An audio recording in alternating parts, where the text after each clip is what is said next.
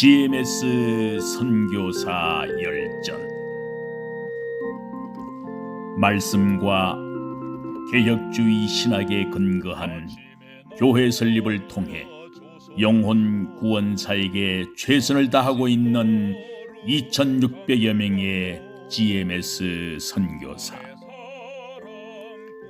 미래 선교의 리더로 주님 주신 사명을 따라 세계 선교의 선두주자로 달려가고 있습니다.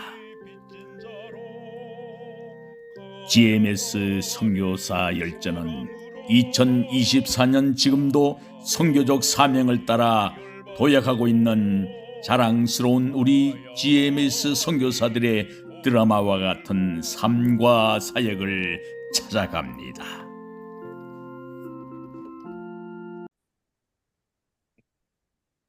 네네.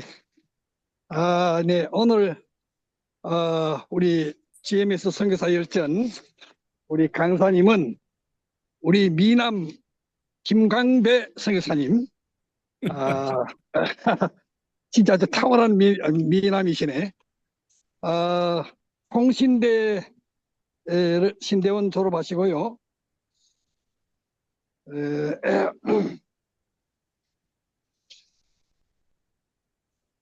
그 다음에 이 선교대학원에서 또 공부를 또 알뜰히 하시고, 인도 선교사로 파송받아서 지금 계속 사역하시면서 서남아시아 지금 GMS 지역 대표로 섬기고 계십니다.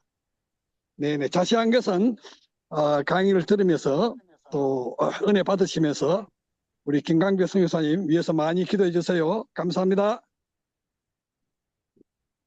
네, 감사합니다. 소개받은 김광배 선교사입니다.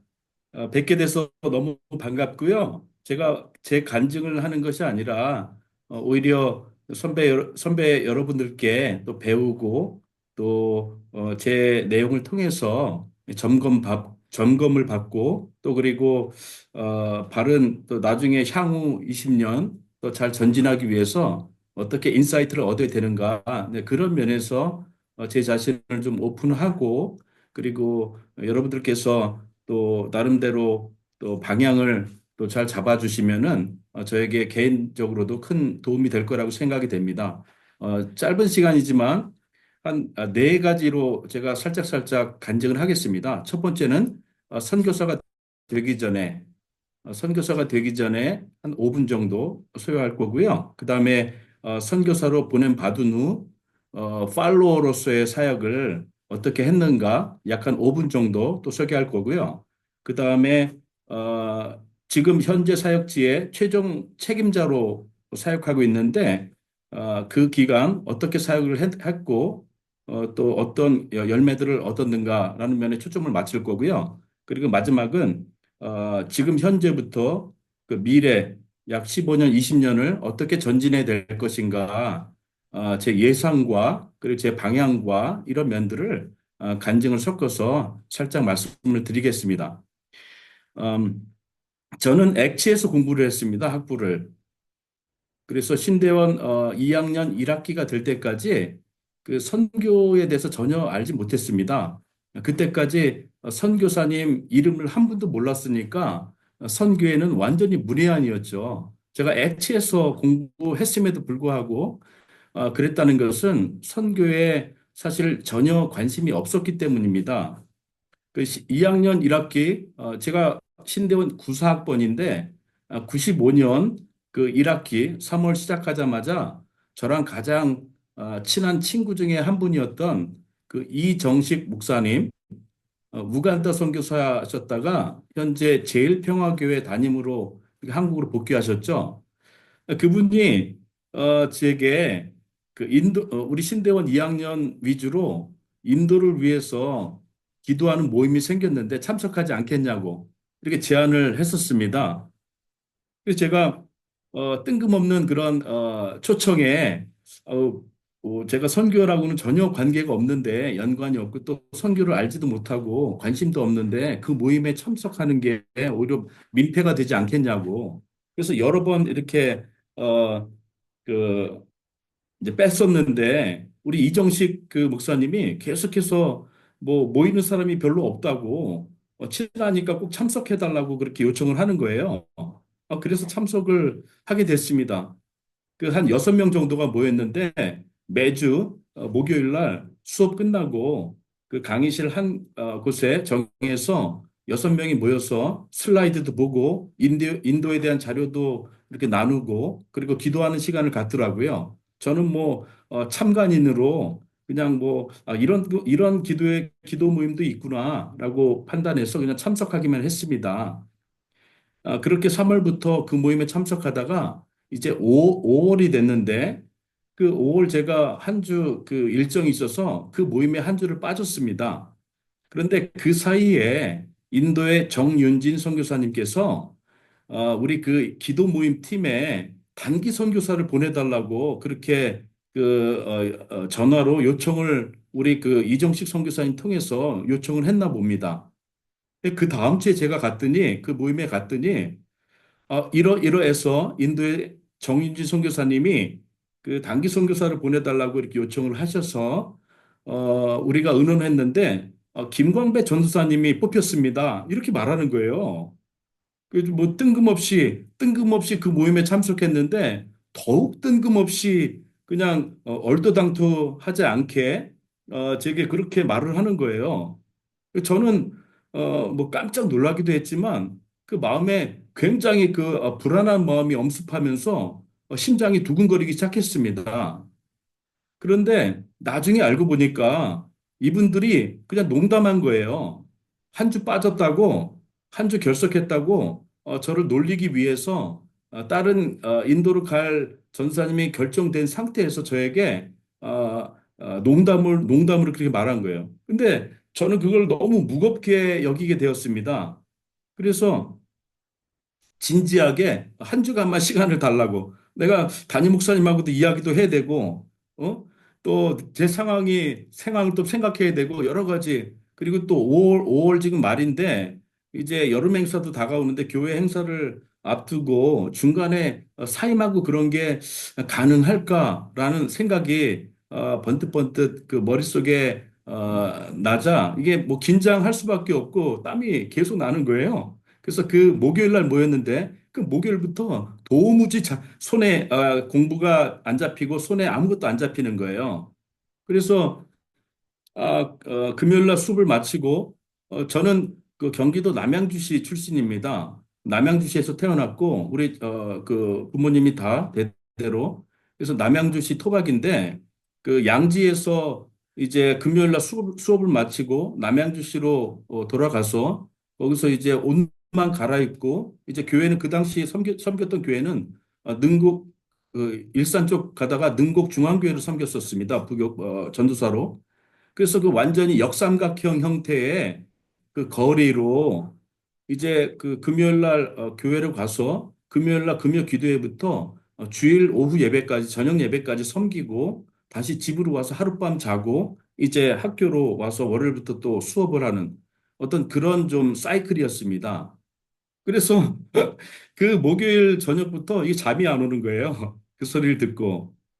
저는 뭐 선교에 대해서 알지 못했기 때문에 그 선교라는 단어 자체가 상당히 이질적이고 좀 거리감이 있는 단어였습니다.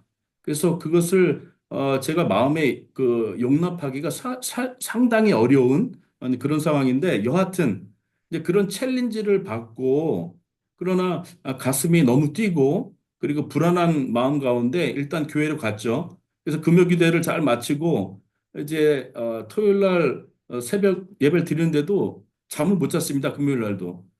어떻게 담임 목사님과 대화를 해야 되나? 그렇게 토요일 또 청년 사역을 마치고 주일 새벽이 됐는데 이제 주일 날은 뭐 대화를 나눠야 되겠다라는 생각을 가졌는데 주일날 새벽에 그 새벽 기도를 담임 목사님이 인도하시는데 그때 이사야서 58장이었습니다.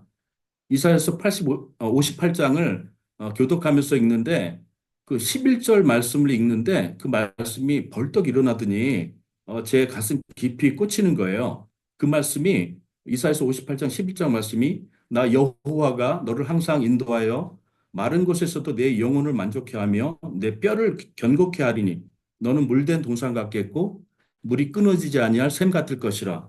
이 말씀을 읽는데 그 말씀이 제 가슴 깊이 이렇게 꽂혀버리는 거예요. 그러더니 너무나 감사하게 그 마음이 평안해지고 담임 목사님하고 이야기해도 되겠다라는 그런 좀 판단이 들더라고요. 마음이 평안해지고. 그래서 오전 사역을 마치고 이제 주일 예배를 다 드리고 점심 식사를 같이 하면서 담임 목사님께 제가 여쭙습니다. 이러해서 인도에서 안기 선교사님이 필요하다고 해서 이렇게 콜링이 왔는데 목사님 어떻게 했으면 좋겠습니까? 저한테 서제션이 왔는데 제가 어떻게 그것을 받아들일까요? 그랬더니 우리 담임 목사님이 제 모교회 제가 고등학교 때 그 담당자셨었거든요. 그런데 그분이 저를 잘 아시니까 저를 콜링해서 전수사로 교육 전수사로 데려갔었는데 그분이 대뜸 그런 비용이 얼마 들 것 같은데 이렇게 물어보시는 거예요, 답을. 그래서 제가 잘 모릅니다. 상황을 잘 모르고 그냥 그렇게 연락만 받은 거지 제가 그 상세한 내용에 대해서 알지 못합니다. 이렇게 답을 했습니다. 그랬더니 선교를 좀 아시는 목사님이시죠. 선교지가 그렇게 있고 또 시니어 선교사님이 계시고 그럼 뭐 거기에 머무실 수도 있고 하면은 하면은 뭐 한 300불 정도면 되지 않겠냐, 싱글이니까. 그렇게 대뜸 말씀하시는 거예요. 그러면서 그렇지 않아도 지금 신대원 2학년인데 이제 수도노의 왕십리교회 출신이신데 우리 그 목사님이 그분이 그렇지 않아도 제가 2학년 마치고 이제 3학년 될 때쯤 그 왕십리교회로 이렇게 소개해서 거기서 훈련을 받게 하고 강도사 시험 보고 또 목사 안수 받고 그렇게 하려고 생각을 하셨다는 거예요. 그러면서 그 목회에 나중에 목회하실 때 큰 힘이 될 거라고, 좋겠다고, 가시라고, 비용은 교회에서 되겠다고, 300불을 다 될 테니까, 교회에서 될 테니까 가는 게 좋겠다고. 우리 담임 목사님 그렇게 말씀하시는 거예요. 그래서 제가 깜짝 놀래가지고, 제가 너무 당황스럽고, 저는 뭐 선교의 선자도 모르던 사람인데, 그리고 선교사님 성함을 한 번도 몰랐을 텐데, 그렇게 답변을 주시는 거 제가 놀랐어요. 그래서 주일 사역을 잘 마치고 이제 집을 거쳐서 이제 학교로 돌아갔죠. 그래서 목요일 날 다시 그 기도 모임에 참석했습니다. 제가 그냥 컨디션이 충만해가지고 참석해가지고 기뻐가지고 제가 이러이러해서 우리 담임 목사님이 이렇게 벌써 허락을 했다고. 그러니까 다들 깜짝 놀라는 거예요. 기절을 하고. 자기들은 그냥 저 한 주 빠져가지고 장난친 건데 농담했는데 제가 무겁게 여기고 그것을 그대로 받아들이고 담임 목사님하고 대화해서 이렇게까지 결과를 가져왔다는 거에 대해서 다들 기절할 정도로 깜짝 놀란 거예요. 그러면서 여하튼 잘 됐다고 한 사람이 정해졌는데 그 우리 1년 후배인데 신대어 9호학번 그 전사님하고 만나서 같이 들어가시면 더 좋죠 하면서 이제 그렇게 결정이 됐습니다. 저는 그때까지요, 국제선 비행기 한 번도 못 타본 사람이에요. 영어요? 한마디도 못했습니다. 비행기도 그냥, 제주도 한 번 갈 때 편도로 한 번 탄 거 외에는 전혀 국제적인 감각이 전혀 없었던 그런 사람입니다. 그런데 그렇게 됐어요. 그래서 이제 1년 후배 전사를 만나서 어떻게 갈 거냐, 같이 갈 거냐, 이제 의논하려고 이제 그분을 만나려고 하는데 도무지 우리 신대원이 뭐 넓으면 얼마나 넓습니까? 근데 만나지를 못하는 거예요. 그래서 마지막 이제 독서 주간 되기 전에 직전에 그분하고 만났습니다. 그래서 의논을 했죠. 반갑다고 나랑 같이 인도에 가기로 했다고. 근데 그분은 선교를 좀 잘 아는 분이에요. 방학 때마다 왔다 갔다 하셨고 잘 아는 분이더라고요. 그래서 잘 됐다고 나는 처음인데 비행기도 국제선도 처음 이제 타게 되는데 잘 좀 저를 데려가 주시고 잘 좀 가르쳐 달라고. 그래서 그분하고 대화를 하는데 그분이 어떻게 말하냐면은 전설 죄송한데 제가 못 가게 됐습니다. 그러는 거예요. 아니 저는 뭐 거의 울상이 됐죠. 아니 왜 그러냐고. 왜 그러시냐고. 나 지금 전혀 말 한마디도 못하는 사람이 지금 이렇게 해가지고 가는데 왜 못 갔으냐 그러니까 그때가 95년인데 94년도에 인도 서쪽에 뭄바이 아래쪽으로 그 패스트 병이 돌았습니다. 그래서 굉장히 많은 사람이 죽었어요, 그 당시에. 그러니까 그 교회 장로님 한 분이 그런 국제적인 정세를 잘 아시는 분이 그 전도사님한테 전도사님 인도 가면 안 됩니다. 인도 가시면요. 그 패스트 병이 아직 남아 있어가지고 뭐 안 됩니다. 거기 가시면 안 돼요. 이렇게 반대를 하신 거예요. 그래가지고 저 혼자 가게 됐습니다. 한 번도 비행기를 타보지 못하고. 그리고 우리 정윤진 선교사님 잘 아시지 않습니까? 우리 정 선교사님이 그 당시에 어떠셨냐면은 절약 정신의 세계 최고십니다. 절약하는 거에. 웬만해서는 국제 전화를 안 하십니다. 국제 전화는 어쩔 때 받기만 하시는데 받는 것도 인도에서는 돈이 나갑니다. 그래서 받는 것도요, 얼마나 급히 끊으시는지 제가 인도로 가기 전에 딱 두 번 통화하고 제가 가게 됐습니다. 무엇을 어떻게 준비해서 어떻게 갈까요?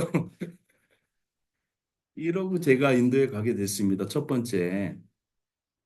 그래서 어, 전혀 선교를 경험하지 않고 선교를 알지 못했던 제가 저희 사역부에 우리 친구들, 신대원 친구들의 장난 때문에 인도의 발을 처음으로 내딛게 되었습니다. 그게 95년도 신대원 2학년 2학기 때입니다. 1학기 끝나고 방학 때입니다. 그래서 그 만 2년 3개월을 섬겼는데요. 1년 휴학하고 왔는데 그 안에서 1년을 지나면서 하나님께서 그 콜링을 해주셨습니다. 선교사로. 그래서 인도 현지에서 제가 인도 선교사로 확신을 하게 됐습니다. 그래서 돌아온 이후에 2년 마치고 97년도 8월에 복귀해서 그때 이제 그해 결혼도 하고 그리고 또 마침 안산동산교회 그 교육자가 또 되기도 했고요. 그러면서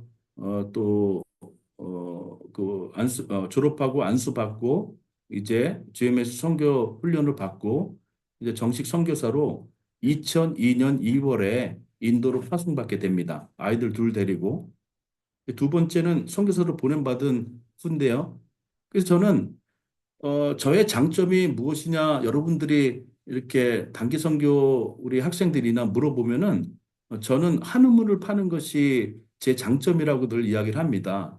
저는요, 지금까지 유치원 때부터 다니던 교회를 교육전서 나가기 전까지 그 한 교회만 섬겼습니다. 그리고 선교도 제가 처음 발 디딘 우리 사역부가 지금의 우리 사역부입니다. 그래서 한우물 파는 것이 장점인데, 그럼 단점이 뭐냐? 그 장점이 단점이 될 수가 있겠더라고 늘 생각을 합니다. 그래서 그 단점을 잘 알기 때문에 그 단점을 보완하면은 장점이 더 극대화될 수 있기 때문에 저는 장점이 단점보다는 그 한우물을 파는 그것이 훨씬 더 유익한 점이라고 늘 생각을 하고 있습니다. 그래서 2002년 2월에 이제 선교사로 우리 가족이 파송받고 제가 이제 우리 가족이 그 팔로워로서 11년 정도를 보내게 됩니다. 2002년부터 2011년까지.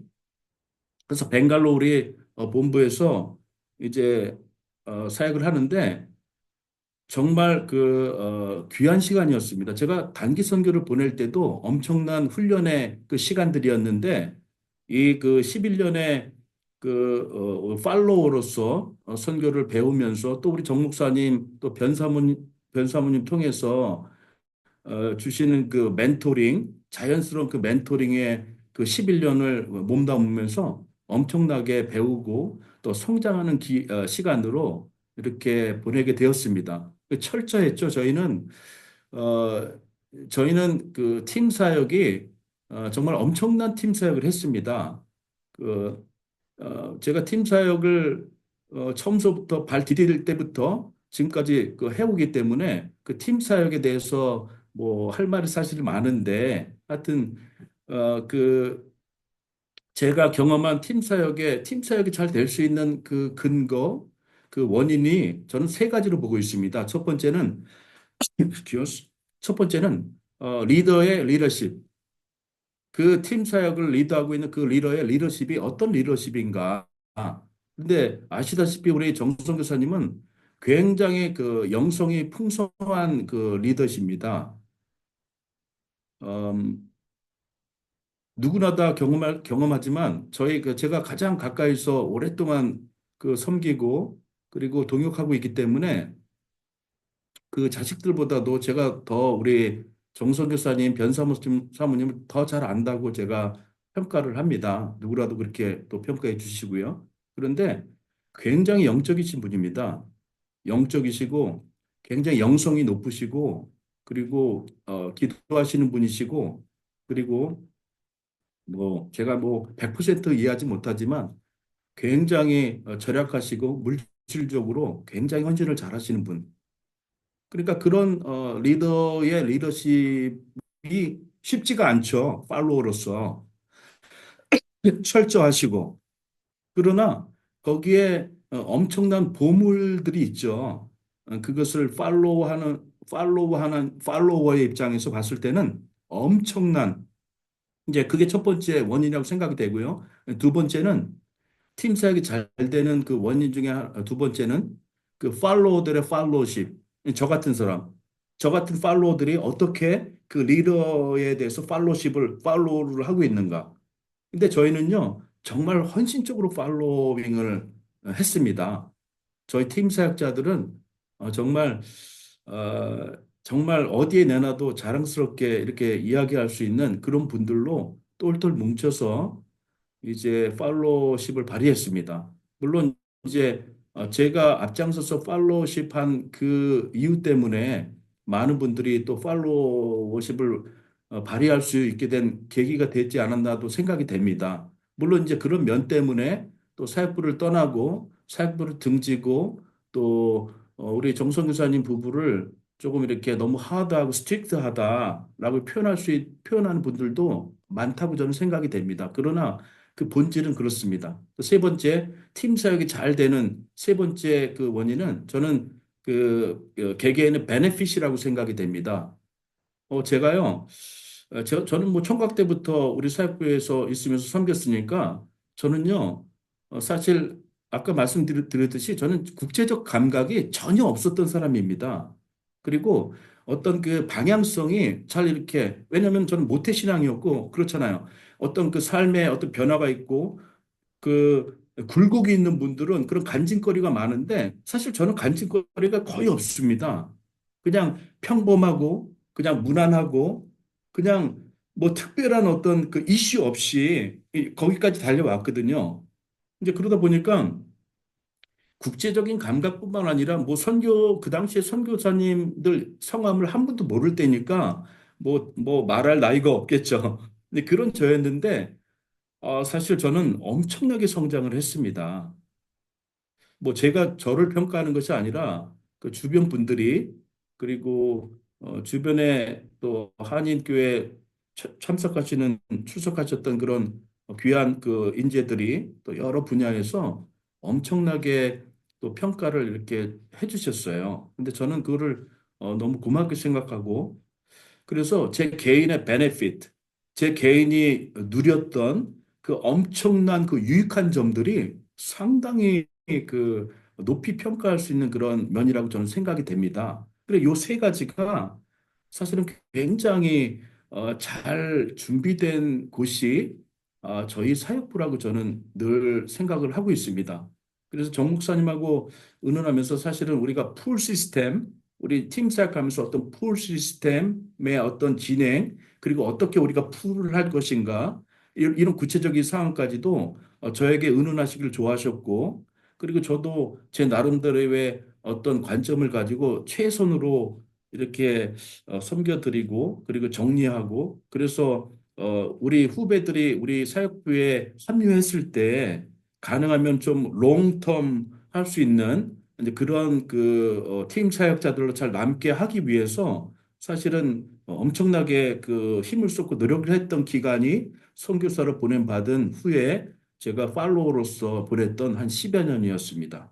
그 시기에 우리 신학교에서는 제가 뭐 행정처장 또 학생처장 그리고 Dean of General Affairs 뭐 이런 역할들도 다 했고요. 그때 아마 장한익 선교사님께서 소천하신 김아령 목사님 모시고 아마 오셨던 것 같습니다. 네, 한 번인가 두 번, 그래서 제가 웰컴하기도 했고요. 우리 소천하신 김의환 총장님도 한 두어 번 이렇게 저희 사구 방문하셨고, 그리고 뭐 여러 우리 인사들, 여러 분들, 뭐 총회장 분들 이런 분들도 많이 우리 사역부를 이렇게 다녀가셨습니다. 자, 그러면 이제 세 번째, 그 이후에 이제 현재는 우리 벵갈로 본부에서 비행 거리로 2시간 반 거리입니다. 콜카타에서 500km 북쪽에 있는 그 웨스트 벵갈주의 잘파이구리에 제가 저희 가정이 2012년 4월부터 현재까지 지금 최종 책임자 역할을 감당하면서 그 사역을 하고 있습니다. 그런데 거기에 가게 된 여러 가지 그 원인 중에 하나가 여기 부지를 한 5,600평인데요. 오에이크 텐데스머, 그러니까 한 5,600평 되는가 봅니다. 5,600평 부지를 저희가 2007년도 1월 달에 등기를 했습니다. 그러니까 여기가 왜 중요하냐면은 관문 도시로 중요합니다. 이 북쪽에 네팔이 가깝고요. 오른쪽에 방글라데시가 가깝고 또 왼쪽에 저 북쪽으로 저기 부탄, 그리고 한참 동쪽으로는 이제 미얀마 국경이 저쪽에 있고요. 그래서 여기가 상당히 중요해요. 그래서 우리 신학생들이 다 이쪽을 거쳐서 우리 벵갈로까지 내려오는 거예요. 이 동쪽에, 북동쪽에 우리 신학생들이. 그래서 왜 이쪽으로 이렇게 멀리 오거든요. 그 사람들이 우리 벵갈로의 신학교까지 오기 위해서는 어떤 경우에는 한 10일 정도 여행을 하고서 와야 됩니다. 버스를 타고 또 기차를 타고 또 걸어서, 어떤 경우에는 미얀마 쪽에서 오는 학생들은 국경을 넘어서 뭐 이런 학생들인데 다 여기 이 지역을 거치는 거예요. 그래서 저희가 목사님하고 늘 의논을 했는데, 이쪽에 이 거점 도시에 우리 사역부를 좀 익스텐션해서 여기에 과연 소일 테스트를 좀 해보고 이쪽에서 사역을 좀 확장시켜서 또 필요한 정말 중요한 일꾼들은 우리 벵갈로 신학교에 보내더라도 여기에서 제자 훈련식의 어떤 그런 사역을 감당하면 어떻겠냐라고 사실은 의논을 예전부터 2000년대 초반부터 제가 사역부에 간 그 이후부터 좀 의논이 됐었던 곳입니다. 그래서 2007년도 1월 달에 우리가 등기를 마쳤는데, 그래서 우리 그 선교사 팀 사역하는 선교사님 중에서 한 가정을 보냈었는데, 그 가정이 여기에 정착하면서 좀 약간의 그 로컬 사람들하고 좀 문제가 있었습니다. 그래가지고 좀 다급한 그런 상황이 된 거예요. 2011년에. 그래서 그 선교사님이 한 3년 정도 거기서 사역하시다가 이게 도무지 거기 거처할 수 없는, 머물 수 없는 그런 상황이 돼버려서 이제 사역지를, 그럼 저희가 그러면은 벵갈로로 내려오시든지 아니면은 좀 안식년을 좀 가지시면 좋겠습니다라고 이렇게 소개해 드렸는데, 당신도 그 미안하시잖아요. 그런 상황을 만들어서 여기 마을 사람들하고도 분쟁이 나고 또 어려운 상황이 됐으니까 본인도 미안하시니까 저희는 그럼 사역지를 옮기겠습니다 해가지고 지금 다른 나라로 옮기게 됐어요. 이제 그런 상황이 된 겁니다. 2011년도에. 그래서 그럼 여기 이미 그런 중요한 전략적인 그 사역지로 우리가 생각하고 여기를 잘 하기로 이렇게 결정해서 부지를 확보하고 이제 막 그렇게 시작을 했는데, 이게 불과 3, 4년 만에 이런 일이 일어나서 이게 철수해야 되는 상황이 돼버린 거예요.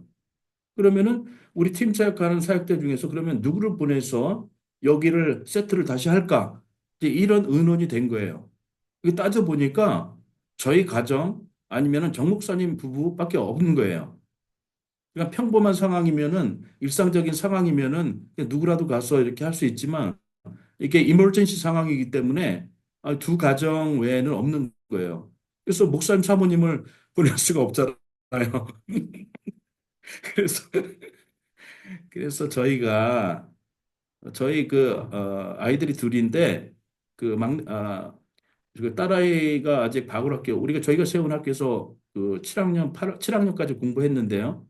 그 딸아이가 있는 상태에서 아들은 헤브론 학교에서 그 보딩 스쿨로 다녔고 딸아이를 데리고 여기 올라왔습니다. 완전 시골이거든요. 그 대도시에서 시골로 지금 왔는데 그런데 이제 가치는 있죠. 여기 전략적인 도시니까. 그래서 여기에 이제 저희가 이제 뿌리를 내리고 이제 사역을 시작했습니다. 그래서 2012년 4월부터 공식적으로 저희 가족이 여기 최종 책임자가 되어서 벵갈로에서 하고 있는 우리 사역을 똑같이 이식했습니다. 그래서 바울학교를 시작했고 그리고 신학교는 우리가 벵갈로에 신학교가 있으니까 여기서 필요한 사람들은 훈련 잘 된 사람들은 본교로 보내면 되니까 저는 여기서 제자 훈련에 포커싱을 하고 있고요. 그리고 우리 사역 중에 한 가지 또 교회 개척 사역 뭐 이쪽에서 그렇게 지금 한 12년째 해보고 있습니다. 최종 책임자로. 근데 이제 지금 생각해 보니까 2009년, 2008년, 2009년 지나면서 인도에 중국과 같이 이제 선교사들을 다 몰아내려는 어떤 그런 그 무브먼트 움직임들이 계속 생겨나기 시작한 그때였습니다. 그러니까 제가 만약에 그 당시에 우리가 여기 오지 않았다면은 저희도 리스트에 그대로 있죠. 그래서 똑같이 다 쫓겨날 수밖에 없는 상황이었을 텐데 하나님께서 이렇게 그때 마침 이렇게 이동시켜 주신 것 같아요. 저희가 이쪽에 오니까 여기 그 FRO Foreign Registration Office 여기는 그 외국인들이 별로 없는 거예요. 우리 빼고 두 가정이 더 있어요. 루마니아 선교사 가정 그리고 호주 선교사. 그 외국인하고는 세 가정밖에 없는 거예요. 물론 이제 방글라데시 뭐 이런 그 주변 나라 사람들이 많지만 그런 분들 빼고 공식적으로 세 가정인데 한 가정 그 루마니아 선교사님은 와이프가 인도 사람이에요. 또 호주 사람은 인디안 오스트레일리안 시티즌십이고 그래서 인도 사람이에요 실제적으로는. 그러니까 따지고 보니까 완전히 외국인 선교사는 저희 가족밖에 없는 거예요. 그러니까 여기 얼마나 다 수작업으로 레지스트레이션하고 그럴 때거든요. 그러니까 얼마나 좋아하셔요. 여기 FRO에서 저희를 얼마나 좋아하는지 몰라요. 그 아주 드문 외국인이 여기 거처하게 됐다고. 그리고 저희 바울학교 여기 분교를 시작했지만 지금은 이제 잘파이구리 바울학교가 됐지만 그 바울학교의 속속들이 내면을 다 알고 그러면서도 이렇게 비자 연장을 잘 해주고 뭐 2년씩 주고 또 계속 그 연장할 수 있도록 그렇게 도움을 주고 뭐 그런 상태로 저희가 있습니다. 뭐 은혜죠. 하나님의 은혜죠. 생각해 보니까 이때를 위해서 자, 그럼 마지막으로 네 번째 단계. 그럼 현재부터 이제 미래까지 전진하는데 어떻게 방향을 잡을 것인가. 제가 사실은 선배님들께 이제 그런 좀 도움을 좀 제가 요청드리고 싶습니다. 지금까지 제가 이렇게 왔는데 이제 앞으로 어떻게 더 스텝을 밟아가고 어떻게 전진해야 되는지는 이제 들으신 대로 뭐 장한익 쌤이나 또 김부식 쌤, 또 배한우 쌤, 또 우리 이근택 선교사님 같이 지역 대표 하시는데 여러 선배님들께서 조언도 주시고 하면 좋겠습니다. 저는 개인적으로 지금 그래서 현재 어떻게 준비하느냐, 제가 이 시기를 놓치면 더 이상 뭐 공부할 수 있는 기회가 없겠다라고 판단이 되었습니다.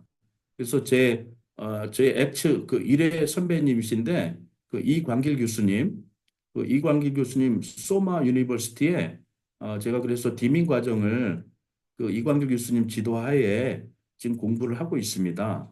그래서 사실은 그분과 교제는 한 3, 4년 전부터 이렇게 계속 멘토링으로 이렇게 지도받으면서 도움을 많이 받았는데 이번 학기 가을 학기부터 온라인으로 진행되니까 그래서 디민 과정을 지금 공부하고 있고요.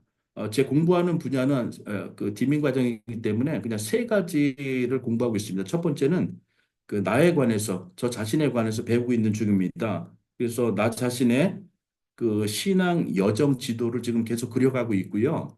그래서 어떻게 하나님께서 부르셨고, 그리고 인도하셨고, 그리고 붙으셨고, 어떻게 또 앞으로 이끌어 가실 것인가, 제 그 연대기를 정리하면서 저에 대해서 배우는 시간을 지금 계속 갖고 있고요. 두 번째는 이제 사역에 대해서, 우리 사역에 대해서 조금, 지금 우리 그 김부식 선교사님 때문에 우리 GMS 선교사님들의 어떤 간증거리가 이렇게 모아지지 않습니까? 저는 제 입장에서는 우리 사역부와 우리 사역, 뭐 부족하지만 저희 사역부와 우리 정 선교사님 부부의 어떤 그 역할과 헌신 이런 거는 제가 가장 잘 알고 있거든요. 제가 자료도 가장 많고. 그래서 이 부분을 리뷰하면서 향후 15년을 어떻게 전진해야 할지 좀 정리하고 하면서 우리 사역에 대해서 배우는 그 두 번째 목적이 거기 있고요. 그세 번째는 조직에 대해서 좀 배우고 싶습니다. 우리가 머물고 있는 제가 엑츠에서 공부했기 때문에 제가 뭐 엑츠 졸업할 때까지 선교에 대해서 몰랐지만 제가 선교사가 된 이후에 그 우리 엑츠 출신들 선교사들이 전 세계 한 500여 가정이 500여 유닛이 좀 나가 있더라고요. 그거를 좀 집대성에서 모았습니다. 그래서 저희가 그 엑사라고 엑츠 엑사 엑츠 AC 크로스 컬처럴 서번트 어소시에이션 그 머리글자를 써서 엑사라고 그러니까 한국말로는 그 파문화권 사역자 엑츠 출신의 파문화권 사역자 그거를 결성해서 제가 그 4년 동안 그 회장 역할을 했습니다. 그래서 이번에 그 후임으로 넘겨줬는데 그 부분을 좀 조직에 대해서 좀 우리 엑사에 대해서 좀 배우고 싶고 그리고 우리 GMS 그 조직에 대해서 좀 더 배우고 하는 그런 목표로 이제 방향성을 저 개인적으로는 잡고 있습니다. 그래서 뭐 귀한 시간인데 제가 뭐 짧은 시간에 저의 그 지금까지 선교사가 되기 전부터 지금 현재까지의 네 가지 단계로 나누어서 간증 말씀을 드렸습니다. 경청해 주셔서 감사하고 어, 어, 또 말씀드린 대로 개인 어떤 그런 카톡이나 그 내용들을 통해서 또 조언해 주시고 또 가르쳐 주시고 그리고 방향성을 잘 이렇게 안내해 주시면은 잘 듣고 배우겠습니다. 네, 감사합니다.